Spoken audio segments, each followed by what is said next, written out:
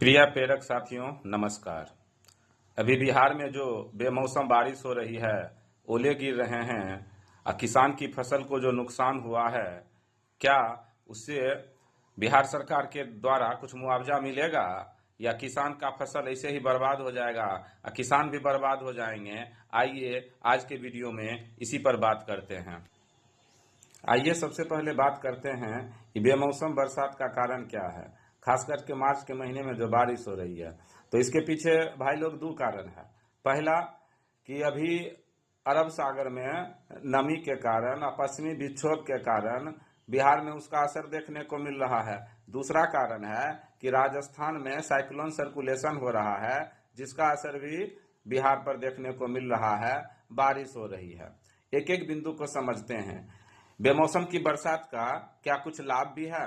तो लाभ तो है भाई। जैसे मार्च के महीने में जो गर्मी बढ़ रही थी, 30 से 35 डिग्री तापमान हो रहा था, तो उसमें तो कुछ कमी आई है, ये तो लाभ हुआ। धूलकण जो बहुत उड़ रहा था, वर्षा के कारण दब गया है, तो चलिए प्रदूषण में भी कुछ कमी हुई है।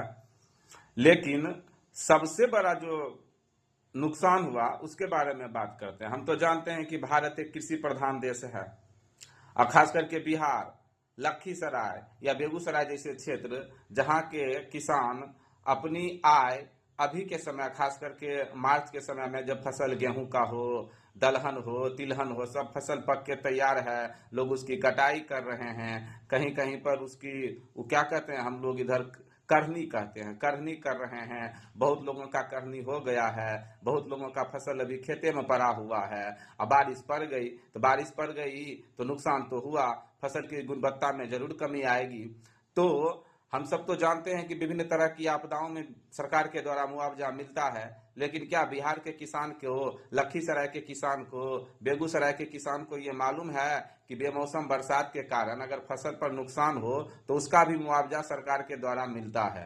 तो आइए उसी के बारे में हम बात करते हैं और मेरे इस वीडियो को हर उस किसान तक पहुंचाने का प्रयास करें जिनकी फसल इस बेमौसम बारिश के कारण क्षतिग्रस्त हो गई है या बर्बाद हो गई है, तो उनको मुआवजा मिल सकता है। तो आइए देखते हैं नियम क्या है। नियम यह है कि अगर बेमौसम बरसात के कारण आपके फसल को नुकसान हो रहा है, तो बिहार राज्य सरकार फसल सहायता योजना के तहत आपको मुआवजा मिल सकता है। मुआवजा का नियम क्या है कि अगर आपके फसल का 20% नुकसान हुआ है, तो प्रति हेक्टेयर 7,500 रुपया तक मिल सकता है।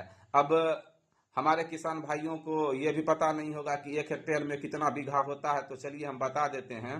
पूरे बिहार में अलग अलग पैमाना है, लेकिन मुख्यतः 1 हेक्टेयर में अगर देखा जाए तो लगभग 4 बीघा होता है, वही 3.5 से 4 बीघा पड़ता है।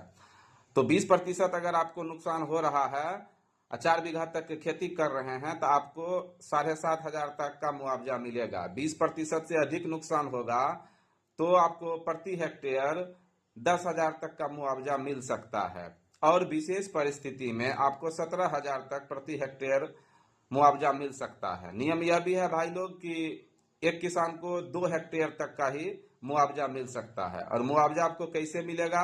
तो 31 मार्च तक आप जाइए और ऑनलाइन आवेदन कीजिए। आप किसान सलाहकार से मिलिए, कृषि समन्वयक से मिलिए, उनसे मिलकर अपने मुआवजे के लिए आवेदन कर दीजिए, वो भी 31 मार्च तक।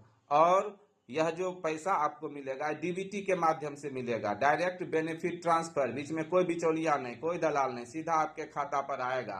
अब यह है कि आपके फसल का मुआवजा देने से पहले कृषि सलाहकार या कृषि समन्वयक आपके खेतों में जाकर आपके फसल के नुकसान को भी देखेंगे।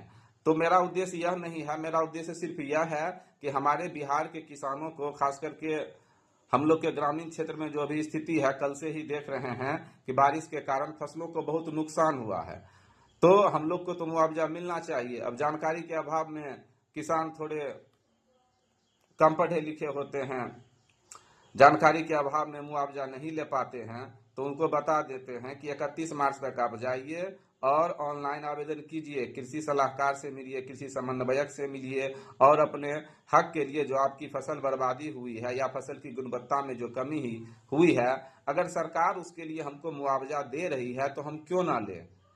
अगर मेरी बात से आप सहमत हैं तो इस वीडियो को अधिक से अधिक किसानों तक पहुंचाने का प्रयास करें, जिससे उनको मुआवजा मिल सके, लाभ मिल सके। धन्यवाद।